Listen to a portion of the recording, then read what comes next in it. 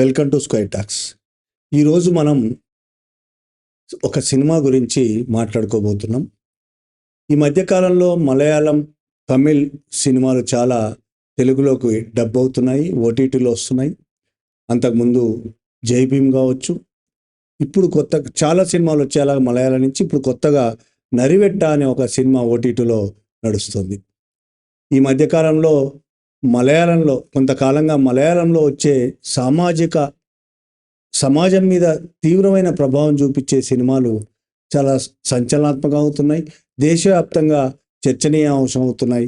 అంతేకాదు అన్ని భాషల్లోకి ఓటీటీలు రావడం మూలంగా అన్ని భాషల్లోకి డబ్ అవ్వడం వల్ల అందరి ప్రేక్షకులకు, అన్ని భాషల ప్రేక్షకులకు మలయాళం సినిమాలు పరిచయం అవుతున్నాయి. ఆ నేపథ్యంలో తెలుగు సినిమాలు కూడా ఈ మధ్య 23 అనే ఓ సినిమా వచ్చింది, సామాజిక సమస్యల ఆధారంగా వచ్చిన సినిమా.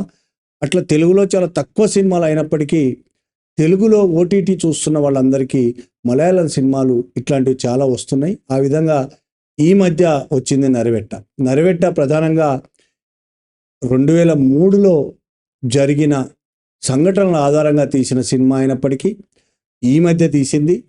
భారతదేశంలో ఇవాళ ఉన్న ప్రధాన సమస్యకి ప్రతిరూపం ఆ సినిమా. ఆ సినిమాలో ఆదివాసుల సమస్యల మీద సినిమా ఉంది.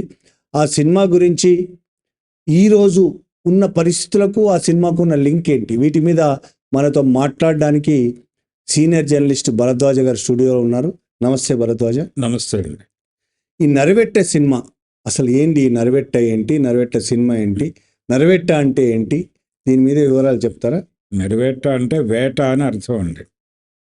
వేట అనేది తెలుగులో అర్థం. అది అయితే ఎవరిని ఎవరు వేటాడారు అనేది చూడాలి. ఇక్కడ ఈ సినిమాలో ప్రధానంగా ముతుంగ పోరాటం దాన్ని కాన్సెప్ట్గా తీసుకున్నారు. ఇది కేరళలో జరిగినటువంటి ఇన్సిడెంట్, వయనాడ్ జిల్లాలో జరిగినటువంటి ఇన్సిడెంట్. కానీ దీని నేపథ్యం స్వతంత్రం రాకపూర్వం నుంచి ఉంది. రిజర్వ్ ఫారెస్ట్ యాక్ట్ వచ్చినప్పటి నుంచి ఆదివాసీల భూమి తగ్గటం మొదలుపెట్టింది. అంతకుముందు మొత్తం అడవంతా మాదే అనుకున్నట్టుగా ఉండేవాళ్ళు. పుట్టాము, ఇక్కడే పెరుగుతున్నాము, ఇదంతా మందే అనేటువంటి ఒక అభిప్రాయంతో ఉండేవారు. మేము దయదలిచి ఇచ్చిందే మీది అని రిజర్వ్ ఫారెస్ట్ యాక్ట్ చెప్పిన తర్వాత వీళ్ళందరూ ఆశ్చర్యపోయారు. మీకు కొన్ని పరిమితులు ఉన్నాయి, ఈ పరిమితుల్లోనే మీరు బతకాలి అని కూడా చెప్పింది reserve forest act. Reserve forest యాక్ట్కి వ్యతిరేకంగా జరిగిన ఉద్యమాలే అల్లూరి సీతారామరాజు వీళ్ళందరి నాయకత్వాల్లో జరిగినటువంటి పోరాటాలన్నీ అదే. అయితే ఆ తర్వాత స్వతంత్రం వచ్చిన తర్వాత ఆ పరిధి కూడా కుంచుకుపోవడం మొదలైంది. అంటే వాళ్ళ భూములు కూడా అన్యాక్రాంతం అయిపోవడం మొదలైంది. ఎలా జరిగింది ఇది అంటే, అడవుల్లోకి వ్యాపించినటువంటి వడ్డీ వ్యాపారులు, ఈ వడ్డీ వ్యాపారులు అడవుల్లో ఉన్నటువంటి ఆదివాసీలకు రకరకాలుగా మభ్యపెట్టి వాళ్ళకి అప్పులు ఇచ్చి వాళ్ళ సరుకు తక్కువకి కొనేసి, అంటే చింతపండు, ఒక బస్తా చింతపండు రూపాయికి కొనేసి దాన్ని 1000 రూపాయలకు బయట అమ్మి, ఈ 2 బస్తాలు 3 బస్తాలు ఇలా అమ్ముకున్న తర్వాత వాళ్ళకి డబ్బులు చాలకపోతే ఒక 5 రూపాయలు ఇచ్చి 5 రూపాయలకి ఎకరాలు భూములు రాయించుకున్న సందర్భాలు ఉన్నాయి. ఇలా భూములు కోల్పోవటం అనేది మొదటి నుంచి ఆదివాసులకు అలవాటుగా మారిపోయిన పరిస్థితి. ఇదే క్రమంలో అంటే మా భూములు మాకు ఇవ్వండి అని వాళ్ళు ఆందోళనలు చేస్తున్న టైంలో నిజానికి ఒక కమిషన్ వేసింది. స్వతంత్రం వచ్చిన తర్వాత భారత ప్రభుత్వం వేసినటువంటి కమిషన్ ఆదివాసుల భూములు వాళ్ళకి తిరిగి ఇచ్చేయాలి అని చెప్పింది. కానీ అది అమలుకి రాలేదు. ఈ లోపల కేరళలో ఒక విప్లవాత్మకమైన చట్టం తెస్తున్నామనే పేరుతో దున్నేవాడికే భూమి అని చట్టం తెచ్చారు. ఆ చట్టం ప్రకారం ఎవరు దున్నుతున్నారో, ఎవరు సాగుబడిలో భూమి ఉందో వాళ్ళకి పట్టాలు ఇవ్వాలి. ఆదివాసీల భూమి వేరే వాళ్ళ సాగులో ఉంది, వాళ్ళకి పట్టాలు వచ్చినాయి. వీళ్ళు శాశ్వతంగా భూమి కోల్పోవాల్సిన పరిస్థితి వచ్చింది. అంటే ఆ చట్టం అభివృద్ధికరంగానే కనిపిస్తోంది. దున్నేవాడికే భూమి చట్టం చేయటం అనేది చాలా విప్లవాత్మకమైన నిర్ణయంగా అనిపిస్తుంది. కానీ ఆ నిర్ణయం ఆదివాసీలను చాలా ఇబ్బందులు పాలు చేసి, అడవి బయట అది చాలా ప్రోగ్రెసివ్ చట్టం అనుకుంటా. అడవి బయట ప్రోగ్రెసివ్ చట్టం, అడవిలో అది వాళ్ళకి ఇబ్బందికరమైనటువంటి పరిస్థితి. వాళ్ళ భూమి కోల్పోయారు. ఇలా రకరకాలుగా భూములు కోల్పోవడం జరుగుతున్న సమయంలో ఈ వయనాడ్ జిల్లాలో మేం కోల్పోయినటువంటి భూముల మీద మాకు తిరిగి హక్కులు కావాలి అని జరిపినటువంటి ఒక ఉద్యమం సికే జాను, గీతానందన్ నాయకత్వంలో జరిగినటువంటి ఉద్యమం అది. ఆ సందర్భంగా అసెంబ్లీ మీద దాడి చేశారు, ప్రభుత్వం నుంచి హామీ పొందారు. ఇదే సమయంలో ఒక లెఫ్ట్ వింగ్ గ్రూప్, ఒక నక్సలైట్ దళం ఆ జిల్లా కలెక్టర్ని కిడ్నాప్ చేసింది. దాని మీద కూడా ఒక సినిమా వచ్చింది. అవును, ఒక సినిమా వచ్చింది కేరళ మలయాళీలోనే. అయితే కిడ్నాప్ చేసి అతని ద్వారా ఒక హామీ పొందారు. లేదు, నేను ఆ భూములు వెనక్కి ఇవ్వడానికి ప్రయత్నం చేస్తాను అని ఒక హామీ పొంది విడుదల చేశారు. ఈ క్రమంలో ఆదివాసీలందరూ కూడా ప్రభుత్వం ఇచ్చిన హామీ అమలవుతుంది అనే ఉద్దేశంతో అక్కడ ఉండగా ఒక శిబిరం వేసి ప్రభుత్వం మీద ఒత్తిడి తీసుకొస్తున్న టైంలో జరిగిన సంఘటనల్ని ఈ నెరవేర్ట అనేటువంటి సినిమాలో చూపించారు. ఇది నేపథ్యం ఆ ఆందోళనకి. అయితే మనకి సినిమా ప్రారంభం అవటం విచిత్రంగా వేరే ఏరియాలో మొదలవుతుంది. అంటే ఒక యువకుడు ప్రభుత్వోద్యోగం కోసం ఎదురు చూస్తూ ఉంటాడు. అతను ప్రేమించిన అమ్మాయిని పెళ్లి చేసుకోవాలంటే ఉద్యోగం కావాలి. ఈ ఉద్యోగం అనే వేటలో అతను కానిస్టేబుల్ ఉద్యోగం చేయడానికి ఇష్టపడ్డు ఒక ఎస్ఐ ఉద్యోగం కావాలనుకుంటాడు. ఈ ఎస్ఐ ఉద్యోగం కాదులే, నువ్వు కానిస్టేబుల్గానే చేరిపోవని అతనికి కొంత మోటివేషన్ చేసి ఆ ఉద్యోగంలోకి పంపిస్తారు. ఆ ఉద్యోగంలో చేరిన తర్వాత అతనికి ఒక సిఐ క్యాడర్లో ఉన్నటువంటి ఒక వ్యక్తితో ఒక సంబంధం ఏర్పడుతుంది. ఆయన్ని గురువుగా భావిస్తాడు ఇతను. ఆయన లోపలికి వెళ్ళిన తర్వాత ఇతన్ని మోటివేట్ చేస్తూ ఉంటాడు. జీవితం అంటే ఏమిటి, ఎలా ట్రావెల్ అవ్వాలి ఏమిటి అనే విషయాలు అతను చెప్తూ ఉంటాడు. అలా వాళ్ళిద్దరి మధ్య ఒక గురు శిష్య బంధం ఏర్పడిపోతుంది.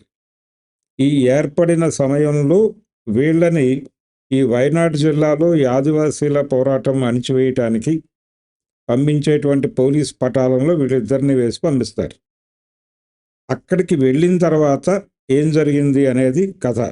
ఈ సినిమా సెంట్రల్ ఐడియా అది. అక్కడికి వెళ్ళిన తర్వాత ఏం జరుగుతుంది అంటే ప్రాథమికంగా ఇతను ఆదివాసీలకు వ్యతిరేకంగానే ఉంటాడు. ఈ కానిస్టేబుల్ వాళ్ళు అనవసరంగా గొడవ చేస్తున్నారు ప్రభుత్వానికి వ్యతిరేకంగా. ప్రభుత్వం అనేది చాలా దయతో ఇన్ని వెసులుబాట్లు కల్పిస్తున్న సందర్భంలో వీళ్ళు ఎందుకు ఆందోళన చేస్తున్నారు అని ఒక చిరాకుగా ఉంటాడు. కానీ పోలీసుల్లోనే కొంతమందికి సింపతి కూడా ఉంటుంది దానిలో. ఈ క్రమంలో ఇతనిలో ఉన్నటువంటి ఈ కోపాన్ని తగ్గించడానికి కూడా ఈ సిఐ గారు ప్రయత్నం చేస్తూ ఉంటాడు. మనకి డిపార్ట్మెంట్ నుంచి వస్తున్నటువంటి జ్ఞానం వేరు, అక్కడ జరుగుతున్నది వేరు, నువ్వు అనవసరంగా వాళ్ళతో గొడవ పడకు అని చెప్తాడు. అంటే ఇతను వాళ్ళ రూట్స్ ఏంటి అని వెతికే ప్రయత్నం చేస్తాడు. వాళ్ళు ఎవరినో కలుస్తున్నారు, ఎవరి దగ్గర అంటే వేరే వాళ్ళని ఎవరినో చూశాను, ఇవన్నీ మాట్లాడుతూ ఉంటాడు వచ్చి ఈ సిఐతో. వాళ్ళు ఎవరిని కలిసినా వాళ్ళు ఏం చేస్తున్నా వాళ్ళ నినాదంలో కొంత జెన్యూనిటీ ఉంది. నువ్వు అనవసరంగా కన్ఫ్యూజ్ అయ్యి గందరగోళ పడకు, నువ్వు సైలెంట్గా ఉండు అని చెప్తూ ఉంటాడే. అది ఇతనికి ఎక్కదు కానీ వింటాడు. ఇలా ఉండగా సడన్గా ఆ సిఐ గారు ఈయన అంటే వీళ్ళకి మావోయిస్టులతో సంబంధాలు ఉన్నాయనేది ఎస్టాబ్లిష్ చేసేటువంటి ప్రయత్నం ప్రభుత్వం చేస్తుంది. ఆదివాసీ ఉద్యమకారులు ఇంతకాలం ఉద్యమం చేస్తున్నారంటే దాదాపు 1200 రోజులు, అప్పటికి 4 నెలల నుంచి వాళ్ళు అక్కడ కూర్చుంటారు క్యాంప్ వేసుకుని. ఇన్ని రోజులు వీళ్ళు ఇక్కడ క్యాంప్ వేసి కూర్చున్నారంటే ఖచ్చితంగా దీని వెనకాల ఒక బలమైన రాజకీయ శక్తి ఉంటుంది అనే ఉద్దేశంతో అది చర్చగా మొదలై నిజంగానే మావోయిస్టులు ఉన్నారు అనేది కన్ఫర్మ్ చేస్తారు.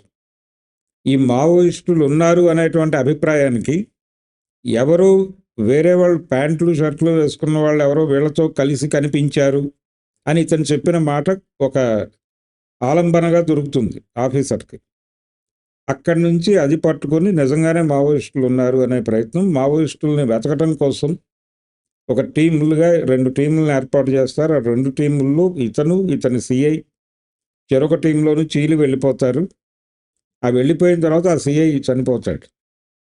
ఎందుకు చనిపోయాడు, ఎవరు చంపారు, అప్పటికి ఎస్టాబ్లిష్ అయ్యేటువంటి ఫ్యాక్ట్ ఏంటంటే మావోయిస్టులు చంపేశారు అని. మావోయిస్టులు చంపేశారు కాబట్టి ఒక పోలీస్ అధికారిని చంపేసినటువంటి ఆదివాసీలకు మద్దతు ఇస్తున్న మావోయిస్టులు అనేది ఎస్టాబ్లిష్ చేసి దీని మీద దాడి చేసేయాలి అనేది ప్రోగ్రాం. అప్పటికి ప్రభుత్వం నుంచి 2-3 విడతల చర్చలు జరుపుతారు. మీ డిమాండ్స్ మాకు ఇచ్చారు, మేము సానుకూలంగానే స్పందిస్తాము, మీరు వెళ్ళిపోండి వెనక్కి, ఉద్యమాలు కాదు చేయవలసింది, మేం మీకు ఏదో ఒక పరిష్కార మార్గం కనుక్కుంటామని చెప్పేసి వెనక్కి పంపించే ప్రయత్నం చేస్తారు. కానీ వాళ్ళు వెళ్ళరు. మీరు కాంక్రీట్ డెసిషన్ చెప్పే వరకు, మా భూములు మాకు ఇచ్చే వరకు మేము వెనక్కి వెళ్ళే ప్రసక్తి లేదు, కనీసం ఇళ్ళు లేవు, మాకు ఉండటానికి ఇల్లు కూడా లేనటువంటి పరిస్థితుల్లో మేము బతుకుతున్నాం, మేము ఇల్లు ఎక్కడ వేసుకోవాలో చెప్పండి. ఎక్కడ వేసుకున్నా ఏదో పద్ధతిలో పీకేస్తున్నారు. ఈ భూమి మీది కాదు, ఇది అటవీ శాఖకి చెందింది అంటున్నారు. మా భూములు ఉన్న దగ్గరికి మేము వెడితే ఆ భూమి ఇంకెవరో సాగులో ఉంటుంది, ఇంకెవరి ఆక్రమణలోనూ ఉంటుంది. ఆక్రమణకు సంబంధించిన కాగితాలు చూపిస్తారు వాళ్ళు. కాబట్టి నోటిఫై చేసి మాకు భూములు అలాట్ చేసి మాత్రమే మీరు ఇక్కడి నుంచి వెళ్ళండి, అప్పటి వరకు మేము కూడా కదలము అని మొండికేసి ఉంటారు. ఈ మొండికేయటం మీద ప్రభుత్వం ఇది ఇలా కుదరదు, వీళ్ళని అర్జెంటుగా ఇక్కడి నుంచి కొట్టి తరలించేసిన తర్వాత ఇంకేదైనా చేయాలనేది ప్రోగ్రాం. కానీ భూములు ఇవ్వాలనేటువంటి నిజాయితీ అయితే ప్రభుత్వం దగ్గర ఉండదు. దాడి చేసి పంపించడానికి ఏం చేయాలి అంటే ఏదో ఒక ఇన్సిడెంట్ వాళ్ళ వైపు నుంచి ఒక తప్పు జరిగినట్టు చూపించాలి. ఆ తప్పు జరిగినట్టు చూపించాలి అనుకున్న టైంలో ఈ సిఐ చనిపోయాడు అనేటువంటి వార్త. ఇతన్ని మావోయిస్టులే చంపేశారు. ఎందుకంటే మావోయిస్టుల కోసం కూంబింగ్ ఆపరేషన్లో భాగంగా వెళ్తాడు అతను.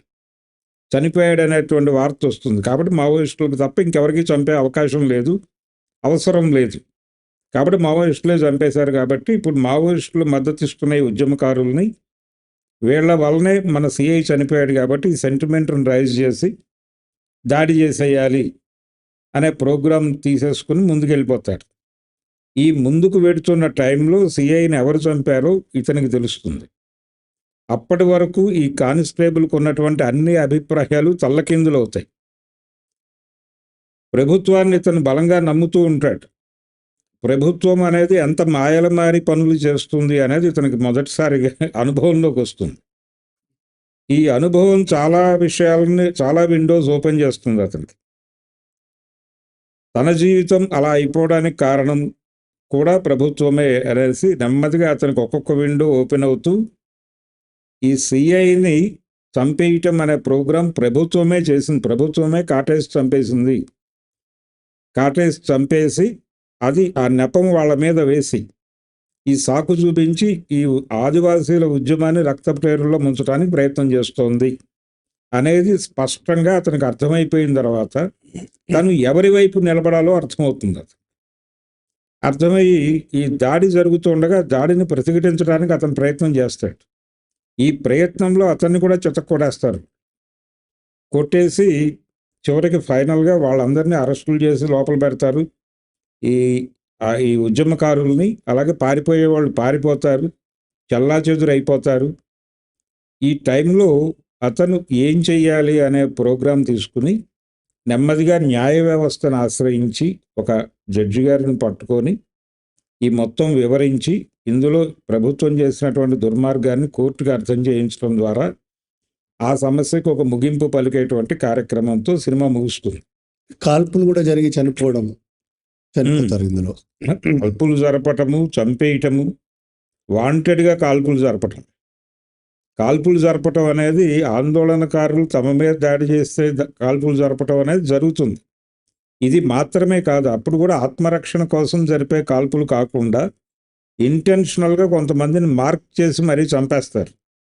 ఎవరైతే యాక్టివిస్టులు ఉన్నారో యాక్టివిస్టులను మార్క్ చేసి చంపేస్తారు. ఆ యాక్టివిస్టుల మీద అంతకుముందు ఇతను కూడా దాడి చేసి ఉంటాడు. వాళ్ళతో ప్రేమగా ఉందామని ట్రై చేస్తాడు. ఆ క్షణాల్లో వాళ్ళని వాళ్ళు చంపేస్తారు.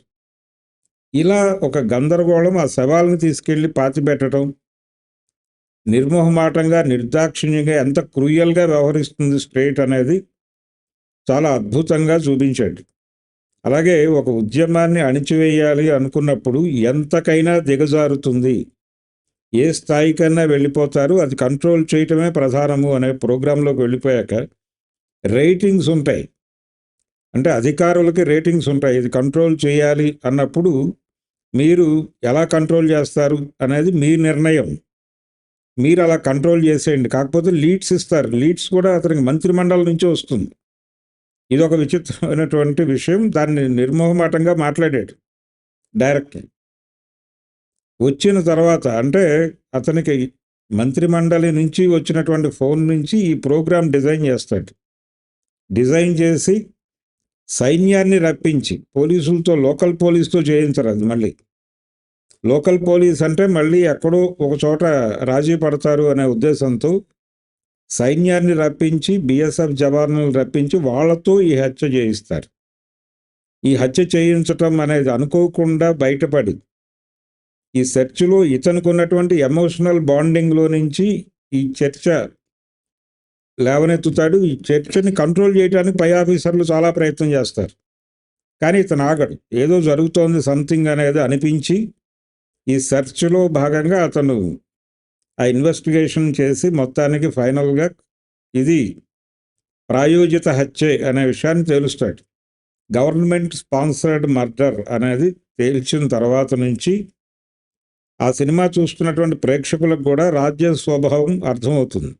ఎందుకంటే ప్రతి ఒక్కడి జీవితంలోనూ ఇలాంటి స్టేట్ స్పాన్సర్డ్ మర్డర్స్ అనేకం చూసుంటారు ప్రేక్షకులు కూడా. వీళ్ళు ఒక్కొక్కళ్ళు ఒక్కొక్క దాంతో రిలేట్ అయిపోయి సినిమాని తమ కథగా ఫీల్ అయ్యారు, తెలుగు ఆడియన్స్ కూడా. సహజంగానే తెలుగు ఆడియన్స్ ఎక్కువ ఫీల్ అవుతారు, ఎందుకంటే స్టేట్ స్పాన్సర్డ్ మర్డర్స్ అనేవి తెలుగు ప్రాంతాల్లో 30 ఏళ్లలో 30-40 ఏళ్లుగా సాగుతున్నాయి ఈ రెండు రాష్ట్రాల్లో. అలవాటు అయిపోయింది కాబట్టి తమదిగా ఫీల్ అవుతారు. అంటే విచిత్రమైన సంఘటన, ప్రభుత్వం పని చేయటం లేదు అని ఒక విమర్శ రాగానే విజయవాడలో ఒక రౌడీ షీటర్ని, అతనేం పెద్ద ప్రమాదకరమైన వ్యక్తి కూడా కాదు, బుడ్డ శంతన్ అనేటువంటి ఒక రౌడీ షీటరు, అతన్ని తీసుకెళ్ళి పోలీస్ స్టేషన్లో చంపేశారు, కాల్చి చంపేసి మిడిల్ క్లాస్ నుంచి మద్దతు కూడగట్టే ప్రయత్నం. అలాగే ఇంకొక అతన్ని, సురేంద్రబాబు సిపిగా ఉండగా జరిగిన ఇన్సిడెంట్లు, ఒక ఇద్దరిని చంపేస్తే మిడిల్ క్లాస్ నుంచి, ఇద్దరు రౌడీ షీటర్లను చంపేస్తే మిడిల్ క్లాస్ నుంచి మద్దతు వస్తుంది. ఈ మద్దతు నేపథ్యంలో అనేక స్కాములు చేయొచ్చు. ఇది ప్రోగ్రాం. ఈ ప్రోగ్రాం నడవటానికి సంబంధించి ఇతను మధ్యతరగతికి రక్షకుల్లా కనిపించటానికి ఇద్దరు వ్యక్తుల్ని వాళ్ళు ఏ క్రైము చేయకుండా వాళ్ళ పనేదో వాళ్ళు చేస్తూ బతుకుతున్న వాళ్ళని పట్టుకొచ్చి పోలీస్ స్టేషన్లో పెట్టి కాల్చి చంపిన చరిత్ర ఉంది. ఇది ఎక్కడో కాదు, విజయవాడ నడిబొడ్డులో 3 టౌన్ పోలీస్ స్టేషన్లో గవర్నర్పేటలో జరిగిన ఇన్సిడెంట్. కాబట్టి ఇలాంటివి అనేకం గుర్తొస్తాయి. ప్రభుత్వ ప్రాయోజిత హత్యలు అంటే ఒక ప్రభుత్వాధికారి భూమి ఆక్రమించుకుని, ఒక క్రైస్తవ భూమి అంటే ఒక చర్చికి సంబంధించిన భూమి ఆక్రమించుకుని అది విషయం బయటకు రాకుండా ఉండటానికి ఆ చర్చి వారసుడిని చాలా పద్ధతిగా చంపేసిన కథ కూడా మనకు తెలుసు. నేతల క్రీస్తు భగవాన్ దాస్ గారి కథ. ఇలాంటివి అనేక హత్యలు మన దగ్గర ఉన్నాయి. ఉద్యమకారులని కాదు, కేవలం వాళ్ళ ప్రయోజనాల కోసం జరిపినటువంటి హత్యలు కూడా అనేకం ఉన్నాయి. వంగవీటి రంగా హత్యతో సహా ఇలాంటి ప్రాయోజిత హత్యలు అనేకం కలవు. ఇవన్నీ స్పృహంలోకి వస్తాయి ఈ సినిమా చూస్తూ ఉండగా. ఇప్పుడున్న భారతదేశ పరిస్థితికి, అంటే ముఖ్యంగా తెలుగు రాష్ట్రాల్లో చాలా ఏళ్ళుగా ఉంది, పక్కన ఛత్తీస్గఢ్లో సేమ్ సిచ్యువేషన్. ఆదివాసులను ఖాళీ చేయించడం కోసం మావోయిస్టులు ఉన్నారు కాబట్టి, వాళ్ళు ఆయుధాలు పట్టుకున్నారు కాబట్టి, ఆయుధాలతో చంపుతున్నారు కాబట్టి, మావోయిస్టులను చంపేసే పేరుతో ఆదివాసులను చంపడం, ఖాళీ చేయించడం, లింక్ కనబడట్లేదా మీకు? అగార్ ఆపరేషన్కి ఈ కథకి లింక్ ఎక్కడంటే, ఇక్కడేమో వడ్డీ వ్యాపారులు, ఇతరులు మైదాన ప్రాంతాలకు చెందిన వ్యాపారులు భూములు కబ్జా చేస్తున్నారు, వీళ్ళకి ప్రభుత్వం దన్నుగా నిలబడుతోంది అనేది ఇష్యూ అక్కడ. ఇప్పుడు ఈ వడ్డీ వ్యాపారులు వీళ్ళందరూ వెళ్ళిపోయారు, నేరుగా కార్పొరేట్లు వస్తున్నాయి. కార్పొరేట్లు రావడం కాదు, కార్పొరేట్లను పిలవటం కోసం ప్రభుత్వమే అడవుల్ని తన కంట్రోల్లోకి తీసుకుంటోంది. అంటే ప్రభుత్వాలు ల్యాండ్ బ్యాంకును విపరీతంగా పెంచుకుంటున్నాయి. ఈ ల్యాండ్ బ్యాంక్ పెంచుకునే కార్యక్రమంలో భాగంగా వక్ఫ్ భూములు మాకే కావాలంటున్నారు, దేవాదాయ భూములు మా కంట్రోల్లోకే రావాలంటున్నారు.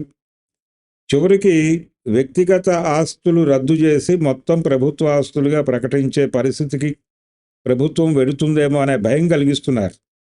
అంటే ఎవరి భూమికి ఏ రకమైనటువంటి సెక్యూరిటీ లేదు, ఉండటం లేదు. ఇది కేవలం ఆదివాసీల సమస్య మాత్రమే కాదు, భారతదేశంలో ప్రతి ఒక్క జీవితానికి పొంచి ఉన్నటువంటి ప్రమాదం. ఇది మనకి ప్రధానంగా అడవుల్లో కనిపిస్తోంది. అడవుల్లో ఆదివాసీలకి మద్దతుగా ఉన్నారు మావోయిస్టులు అనేటువంటి ఒక సాకు చూపించి మొత్తంగా ఆదివాసీల్ని మావోయిస్టులుగా బ్రాండ్ చేసి, ఒకవైపు వాళ్ళని బయటకు తరలించడం కోసం ఒక రీహాబిలిటేషన్ ప్రోగ్రామ్ అనౌన్స్ చేసి, మావోయిస్టు రీహాబిలిటేషన్ ప్రోగ్రాంలో భాగంగా వాళ్ళని సరెండర్ చేసుకుని, వాళ్ళకి ఆ రీహాబిలిటేషన్ ఎక్కడో అడవి బయట పెట్టి అక్కడికి తరలించేసి వాళ్ళని ఈ ప్రోగ్రాంలో భాగంగా అడవిని తమ ఆధీనంలో పెట్టేసుకోవటం అనే కార్యక్రమం చేస్తూ అక్కడ ఉన్నటువంటి మావోయిస్ట్ పార్టీ నాయకుల్ని హతమార్చేయటమే, స్ట్రైట్ అవే చంపేయటమే. అంటే ఉద్యమాలని, ఉద్యమకారుల్ని చంపేసి మేం కార్పొరేట్లకి ఎటువంటి నిరసన కార్యక్రమాలు జరగకుండా ఉండేలా ఒక వాతావరణాన్ని కల్పిస్తాము అని హామీ ఇచ్చున్నారు వీళ్ళు. ఆ హామీని అమలు చేయటం కోసం ఉద్యమకారుల్ని చంపేయటం అనేది తమ విద్యుక్త ధర్మం అని ప్రభుత్వాలు భావిస్తున్నాయి. ఎవరు నోరెత్తినా విద్యుక్త ధర్మంలో భాగంగా చంపేయాలి. ఈ చంపేయటం కోసం అందుకనే ఆయన చాలా స్పష్టంగా కేంద్ర హోంమంత్రి గారు చెప్పాడు, అమిత్ షా. ఆయన ఏం చెప్పాడంటే 26 మార్చి 31 ఆఖరి మావోయిస్టును చంపేస్తాను అని చెప్పాడు. చంపేయటమే. ఇదివరకు ప్రభుత్వాలు మీరు లొంగిపోండి అని చెప్పేవి, ఇప్పుడు ప్రభుత్వం మేము చంపేస్తామని చెప్తాం. చంపేస్తామంటే ఇక్కడ ఏమిటి, మీరేదో ఆయుధాలు వదిలేస్తానో లేకపోతే జనజీవన స్రవంతిలోకి వస్తామంటేనో మేము వదలం. మీ ఐడియాలజీని వదిలేయండి. మీ జీవితం నుంచి ఉద్యమము, ఉద్యమ ఆలోచనలు, మిమ్మల్ని ఉద్యమాలకు ప్రేరేపించిన సిద్ధాంతము, ఈ మొత్తాన్ని విడిచిపెట్టండి. విడిచిపెట్టి సరెండర్ అవ్వండి. అందుకని సాయుధ పోరాట విరమణ అనేది, సాయుధ పోరాటం తప్పు, సాయుధ పోరాటం చేస్తున్నందుకు మమ్మల్ని మన్నించండి, సాయుధ పోరాటం చేసేటువంటి పరిస్థితులు ఇప్పుడు లేవు, ఇదంతా కాలం చెల్లిన మాటలు, ఈ కాలం చెల్లినటువంటి మాటల నుంచి మేము బయటకు వచ్చి ప్రభుత్వంతో కలిసి ఈ అభివృద్ధి కార్యక్రమంలో పాల్గొంటాము అని చెప్పాలి. అంటే అభివృద్ధి అంటే ఫారెస్ట్, అదాని, అంబానీ కార్పొరేట్లకు, ఫారెస్ట్ మాత్రమే కాదు, దేశాన్ని కార్పొరేట్ సోషలిజం ముందు సాగిలపడతామని చెప్పాలి. కార్పొరేట్ సోషలిజం అనగా ప్రజలందరూ వాళ్ళ కూలీలుగా మారిపోవాలి. ఎవరి భూమి అయినా వాళ్ళు ఎలాగైనా వాడుకోవటానికి హక్కు కల్పించాలి. ఇది ఇప్పుడు అక్కడ అమరావతిలో జరుగుతోంది. కరేడ్ అనే ఊళ్ళో గొడవ జరుగుతోంది. ఆ ఊళ్ళో కుంటా సెంటు ఉన్నటువంటి రైతులందరూ కూడా ఎదురు తిరుగుతున్నారు. ఇక్కడ కులం కూడా ఉంది. అగ్రకులాలకు చెందిన వాళ్ళేమో భూములు ఇచ్చేసి 50,000 ఎకరానికి డబ్బులు తీసుకోవడం సుఖం కదా అనుకుంటున్నారు. కానీ తమకున్నటువంటి ఇల్లు, ఆ పొలము అక్కడే పెట్టుకుని దున్నుకుని బతుకుతున్నటువంటి చిన్నవాళ్ళు ఉన్నారు, చిన్న కులాల వాళ్ళు ఉన్నారు. వాళ్ళకి ఇది వదిలేసుకుని వెళ్తే ఏమిటి పరిస్థితి అనే భయం వేస్తోంది. వాళ్ళు ఎదురు తిరుగుతున్నారు. మా తాతలు, తండ్రులు అందరూ ఇక్కడే బతికాం, మేము ఇక్కడే బతుకుతాం. పైగా రైల్వే స్టేషన్ కట్టడానికి, అమరావతికి అవసరమైన రైల్వే స్టేషన్ పేరుతో 15,000 ఎకరాలు ఏమిటండి, అది 1,500 ఎకరాలు, 1,500 ఎకరాలలో రైల్వే స్టేషన్ నిర్మాణం అట. మరి రైల్వే స్టేషన్ నిర్మాణానికి అంత స్థలం ఎందుకు అడుగుతున్నారో వాళ్ళకే తెలియాలి. ఈ రైల్వే స్టేషన్ పేరుతో ఆ ఊళ్ళో దాడులు జరుగుతున్నాయి. మీరు భూమి ఇస్తారా ఇవ్వరా అని. మేము ఇవ్వం, మొదటేమో మీరు స్వచ్ఛందంగా ఇవ్వండి అని మాట్లాడారు. ఇప్పుడు బలవంతంగా లాక్కోవడానికి వెళ్తున్నారు. అంటే ఎవరి ఇంట్లోకి ఏ క్షణంలో రైల్వే స్టేషన్ ప్రవేశిస్తుందో, ఎవరింట్లోకి ఎయిర్పోర్ట్ ప్రవేశిస్తుందో, ఎవరింట్లోకి ఏ విద్యుత్ యంత్రాలు ప్రవేశిస్తాయో, ఏ థర్మల్ పవర్ స్టేషన్లు ఎంటర్ అవుతాయో తెలియని పరిస్థితి ఏర్పడిపోయింది. ఇప్పుడు ఈ విషయాల్లో పార్టీలు కూడా పార్టీలకు అతీతంగా దాదాపు అన్ని పార్టీలు అదే విధంగా ఉన్నట్టు. కేరళలో ఈ నరవెట్ట సినిమాకు సంబంధించి కూడా 2003లో జరిగిన సంఘటన అప్పుడు యూడిఎఫ్ అధికారంలో, UDF ఎల్డిఎఫ్ ప్రతిపక్షంలో ఉన్నప్పటికీ ఎల్డిఎఫ్ యూడిఎఫ్ కలిపి ఇవన్నీ చేశాయి అనేది ఒక ఆరోపణ. అవును. లేదు, వాళ్ళ అధికారంలో ఉన్నప్పుడు కూడా ఇదే జరిగింది. ఇప్పుడు ఈ చారిత్రాత్మకమైనటువంటి ఇందాక మనం మాట్లాడుకున్నటువంటి దున్నేవాడికే భూమి, అది ఎల్డిఎఫ్ టైంలో వచ్చింది. వచ్చి అది విప్లవాత్మకం అనుకున్నారు వాళ్ళు. దానివల్ల చాలామంది నష్టపోతారనే విషయం తెలియదు. ముందు భూములు ఎవరికి చెంది ఉన్నాయో అది క్లియర్ చేసిన తర్వాత కదా మీరు ఈ మాట చెప్పాల్సింది. అది చెప్పకుండా చేసినప్పుడు జరిగినటువంటి ప్రమాదం, చాలామంది భూములు కోల్పోయారు.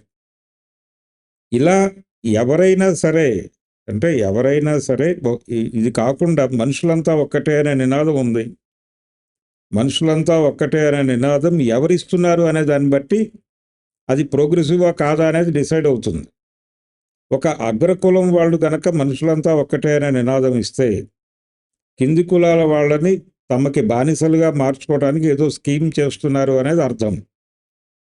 అదే కింది కులాల వాళ్ళు మనుషులంతా ఒక్కటే అంటే పై కులాల వాళ్ళని కిందకు లాగడానికి ఏదో విప్లవం చేయబోతున్నారు అని అర్థం. అది కింది కులాల వాళ్ళు మనుషులంతా ఒక్కటే అంటే సమర్థించవచ్చు. కానీ అగ్రకులాల వాళ్ళు మనుషులంతా ఒక్కటే అంటే అందులో ఏదో కుట్ర ఉందని ఆలోచించాల్సిన అవసరం ఉంది. ఇది పరిస్థితి. కాబట్టి ఏ నినాదం ఎవరిస్తున్నారు అనే దాన్ని బట్టి దాని జీవితం ఆధారపడి ఉంటుంది తప్ప నినాదంగా అది ప్రోగ్రెసివా కాదా అని చెప్పలేము. సరే, ఈ విషయం పక్కన పెడితే సినిమా విషయానికే వద్దాం మళ్ళీ. ఇప్పుడు ఏదైతే సినిమా తీశారో ఆ పరిస్థితులు కేరళలో కంటే తెలుగు రాష్ట్రాల్లో చాలా ఎక్కువ ఉన్నాయి. ఉద్యమాలు జరిగిన ప్రాంతం తెలుగు రాష్ట్రాల్లో. అసలు ఇప్పుడు ఉద్యమంగా తెలంగాణ సాయుధ పోరాట కాలం నుంచి ఉద్యమాలు జరిగిన ప్రాంతం. ప్రజలు ప్రతిసారి తిరుగుబాటుకు రెడీ అయిన ప్రాంతం, త్యాగాలు చేసిన ప్రాంతం. ఈ ప్రాంతంలోంచి సినిమాలు మాత్రం మలయాళం సినిమాతో పోటీ పడడం పక్కన సినిమా రాలేదు, ఆ స్థాయికి కూడా లేదు. ఎందుకని ఒక్క సినిమా రాలేదు, ఒక్క సినిమా తీసే ప్రయత్నము ఎవరు చేయలేదు. ఇప్పుడు కగార్ అనేటువంటిది అమరావతి ప్రాంతపు ప్రజలకి వాళ్ళ జీవితానుభవంలోకి వచ్చింది.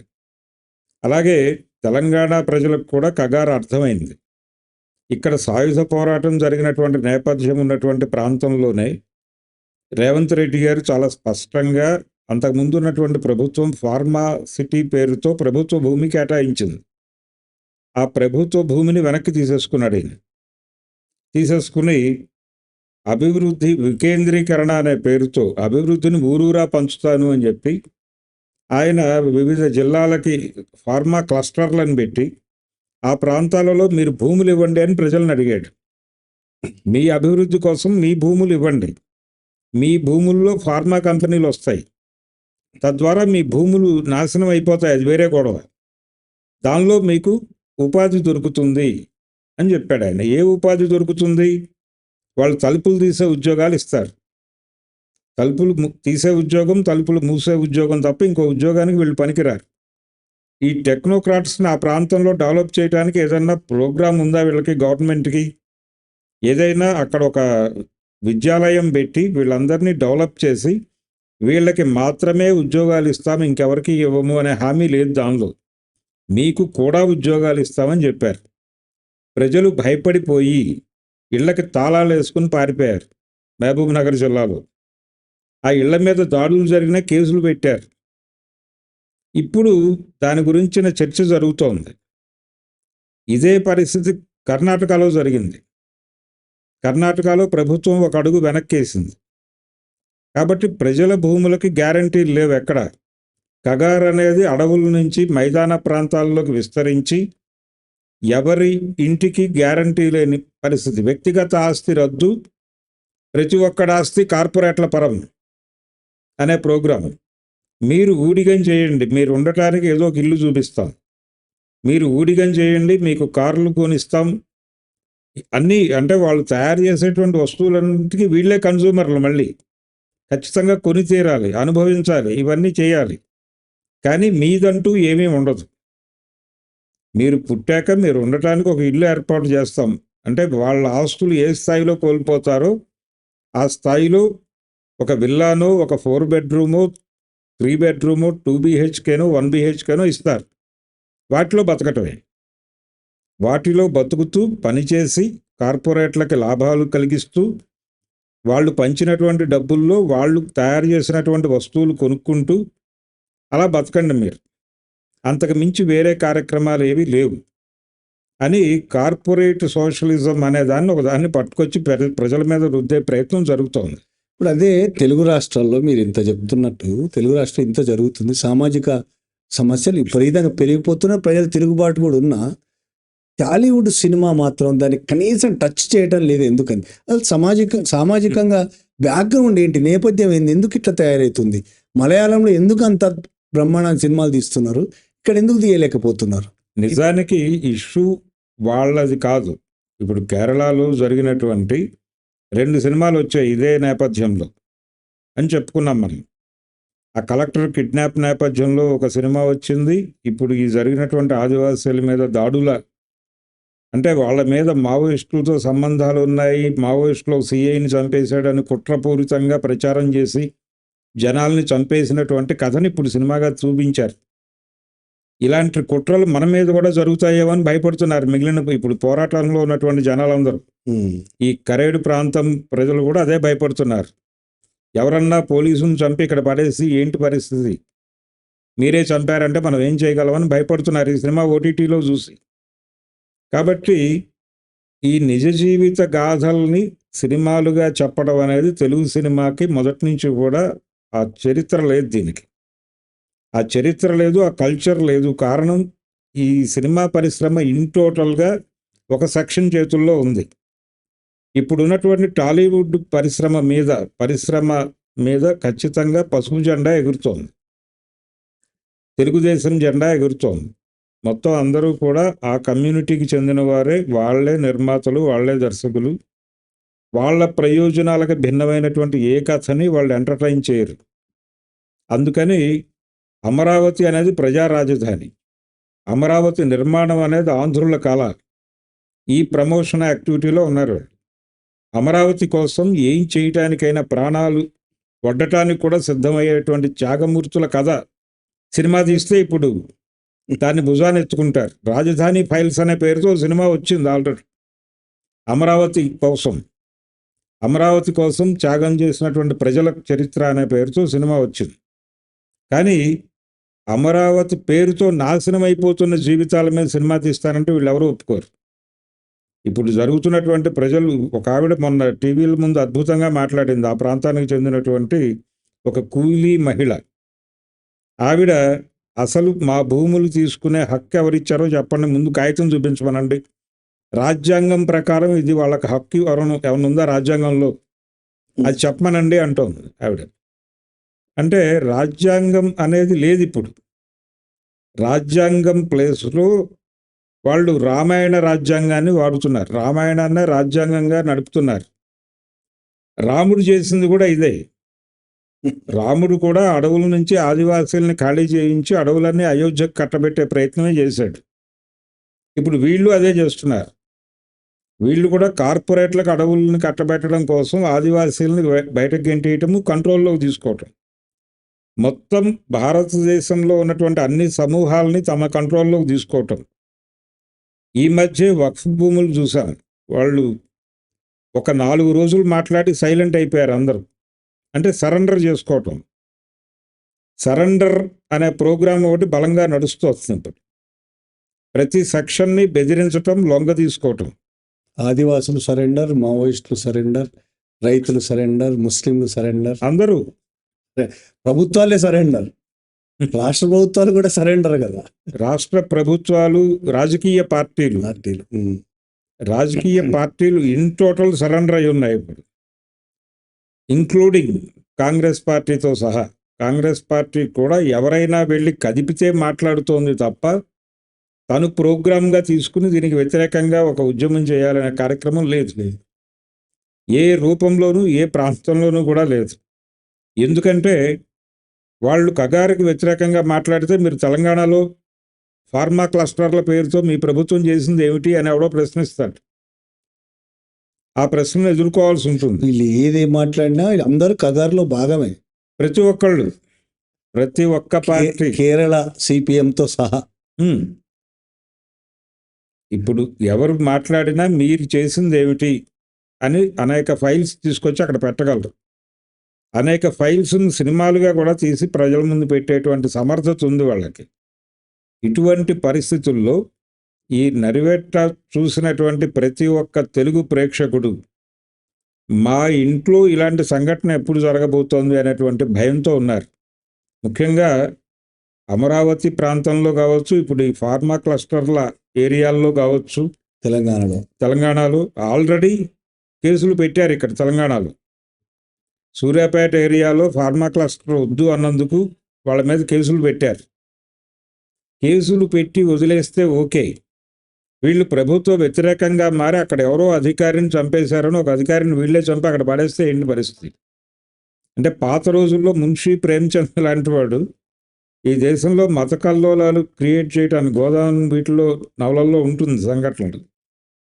ఆ మతానికి చెందిన వాళ్ళ పవిత్ర జంతువుని చంపి అక్కడ పడేసి, ఈ మతానికి చెందిన వాళ్ళ పవిత్ర జంతువుని చంపి ఇక్కడ పడేస్తే గొడవలు రాజుకుంటాయి, ఆ మంటలో మనం చలిగాచుకోవచ్చు అనేటువంటి ఒక నేరేటివ్ని కల్పిస్తూ ఇలాంటివి జరుగుతున్నాయి ఈ దేశంలో అని చెప్పి నవలలు రాశారు. ఇప్పుడు పరిస్థితి ఏంటంటే ప్రభుత్వం మన జీవితాలతో ఏ ఆటలు ఆడుకోబోతోంది అనే భయం ఈ సినిమాలో కలిగించాడు. నిజంగానే జరుగుతోంది. అంటే విస్పరింగ్ క్యాంపెయిన్ అనేది దుష్ప్రచారం చేయటము, వాళ్ళని టార్గెట్ చేయటము, ఎవరో ఒకళ్ళ మీద దుష్ప్రచారం చేయటం అనేది ఒక ప్రోగ్రామ్గా ప్రభుత్వము మీడియా కలగలిసి చేస్తున్నాయి. మీడియా కూడా ప్రభుత్వాల చంకలో కూర్చుని ఉంది. ఇప్పుడు మీడియాకి ప్రజలకి నిజాలు చెప్పాలనేటువంటి బాధ్యత చచ్చిపోయింది. మీరన్న కార్పొరేట్ సోషలిజంలో భాగమైనాయి. కార్పొరేట్ సోషలిజంలో మీడియాకు కూడా షేర్ అందుతోంది. కాబట్టి మీడియాలో ఉన్నటువంటి ప్రముఖులందరూ పారిశ్రామికవేత్తలుగా మారుతున్నారు. ఇప్పుడు ఈ విచిత్రమైన సందర్భంలో నిజాలు ఎవడూ చెప్పడు. అబద్ధాలు ప్రచారం చేయడానికే పేపర్లు ఉన్నాయి, అబద్ధాలు ప్రచారం చేయడానికే టీవీ ఛానల్స్ ఉన్నాయి. వీళ్ళు ప్రతి ఒక్కడి మీద రావణుడు అని ముద్రేసేసి, రాముడు వీటిని ఎప్పుడోకప్పుడు చంపేయక తప్పడు అని చెప్పి ఒక నెరేటివ్ని బిల్డ్ చేసి ఏదో ఒక రోజున అతన్ని చంపేసి అక్కడ పడేస్తున్నారు. ఈ ప్రోగ్రాం అంటే విలన్లుగా మార్చటం, విలన్లుగా ప్రమోట్ చేయటము, ప్రజల శత్రువుగా వీళ్ళే ప్రమోట్ చేయటం, ఈ కార్యక్రమం చాలా పెద్ద ఎత్తున జరుగుతోంది. పైగా దేశమంతా అభివృద్ధి పదంలో ముందుకెడుతుంటే కార్పొరేట్ కంపెనీలు వచ్చి, విదేశీ పెట్టుబడులు వచ్చి దేశం ఎంతో శక్తివంతం అవుతోంది. ఇదివరకు రోజుల్లో ఉద్యోగం కోసం వెతుక్కోవాలి, ఇప్పుడు ఉద్యోగాలు ఇవ్వటానికి వస్తున్నారు వాళ్ళు. దీన్ని ఎందుకు వద్దంటున్నారు మీరు అనేటువంటి ఒక పరిస్థితి.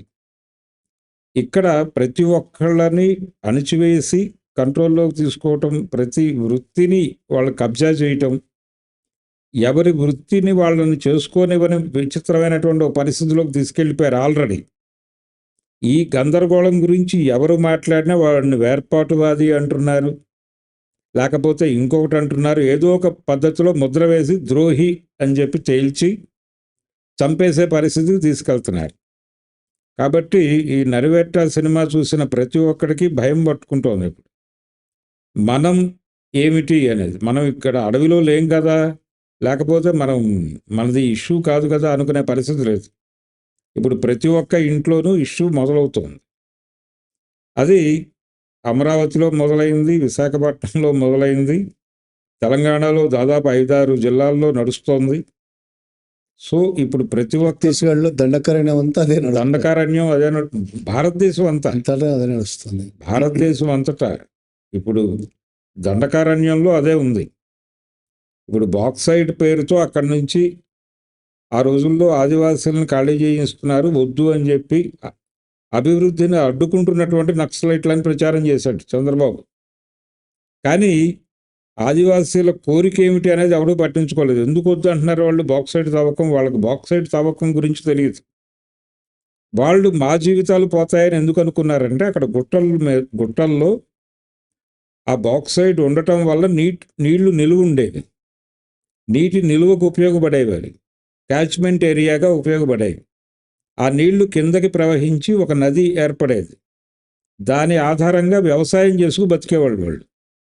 ఈ గుట్టలు తవ్వేస్తే బాక్సైడ్ కోసం, అల్యూమినియం కోసం ఈ గుట్టలు తవ్వేస్తే అవి క్యాచ్మెంట్ ఏరియాగా ఉండవు. ఆ నది అంతర్ధానం అవుతుంది. మేము ఎక్కడ వ్యవసాయం చేసుకు బతకాలి, అంతే వాళ్ళ కోరిక. నువ్వు అభివృద్ధి చేస్తావా, కంపెనీలు పెడతావా, అల్యూమినియం తీసుకుంటావు, ఈ గొడవతో మాకు సంబంధం లేదు. అది మాకు ఇలా ఉపయోగపడుతోంది న్యాచురల్గా. ఈ సోర్స్ పోతే మేము ఎలా బతకాలి, నువ్వేమన్నా గ్యారంటీ చూపించగలవా? ఇంకొక నదిని ఏమన్నా నువ్వు అలాట్ చేసి ఇక్కడ చూపించగలవా? దానికి సమాధానం లేదు వాళ్ళ దగ్గర. నీళ్లు లేకపోతే వెళ్ళిపోండి ఇక్కడి నుంచి అని చెప్తోంది ప్రభుత్వం. ఈ పరిస్థితుల్లో మొత్తం ఎక్కడికైనా సరే వెళ్ళి చితక్కొట్టి జనాలను బయటకు తోలేసే ప్రభుత్వం. ఈ నిర్వాసితులైన వాళ్ళందరూ వాళ్ళు డబ్బులు ఇచ్చినా, వాళ్ళు కాంపన్సేషన్ ఇచ్చినా, కాంపన్సేషన్ 15 రోజుల్లో ఖర్చు పెట్టుకుని హైదరాబాద్ రోడ్లలోనూ, విజయవాడ రోడ్లలోనూ, విశాఖపట్నం రోడ్లలోనూ, కరీంనగర్ రోడ్లలోనూ ముష్టి వాళ్ళుగా మారిపోతున్నారు. మీరు ఏ నగరంలోనైనా ముష్టి వాళ్ళని ఒక్కసారి కనుక వెళ్ళి కదలేస్తే అందులో కనీసం ఒక 50% మంది ఏదో ప్రాజెక్టు కింద నిర్వాసితులు అయిపోయిన వాళ్ళే తేలుతారు. కాబట్టి ఒక ప్రాజెక్ట్ కానీ, ఒక అభివృద్ధి కార్యక్రమం ఎక్కడన్నా జరిగితే ముష్టి వాళ్ళు పెరుగుతారు నగరాలు. ఇటువంటి విచిత్రమైనటువంటి పరిస్థితుల్లో మన ప్రభుత్వం ప్రజల మీద దాడి చేస్తోంది, యుద్ధం చేస్తోంది. ప్రజల్ని ముష్టివాళ్ళుగా మార్చేసేటువంటి ప్రయత్నం, ప్రజలని ఆస్తి లేని వాళ్ళుగా మార్చేసేటువంటి ప్రయత్నం, ప్రజలని కూలీలుగా మార్చేటువంటి ప్రయత్నం, బానిసలుగా మార్చేటువంటి ప్రయత్నం ప్రభుత్వాలు చేస్తున్నాయి ప్రజాస్వామ్యం పేరుతో. థ్యాంక్ యూ భరద్వాజ గారు. నరివేట అంటే వేట. భారతదేశంలోని ప్రతి ఇంటి మీద వేట జరిగే పరిస్థితి జరుగుతోంది ప్రస్తుతం. వేటగాడు ప్రతి ఇంట్లోకి దూసుకొస్తున్నాడు అని నరివేట సినిమా చూసిన వాళ్ళు భయపడుతున్నారని నేను చెప్పిన మాట చాలా నిజం. తెలుగు రాష్ట్రాల్లో మరింత నిజం. Thank you very much. Thank you.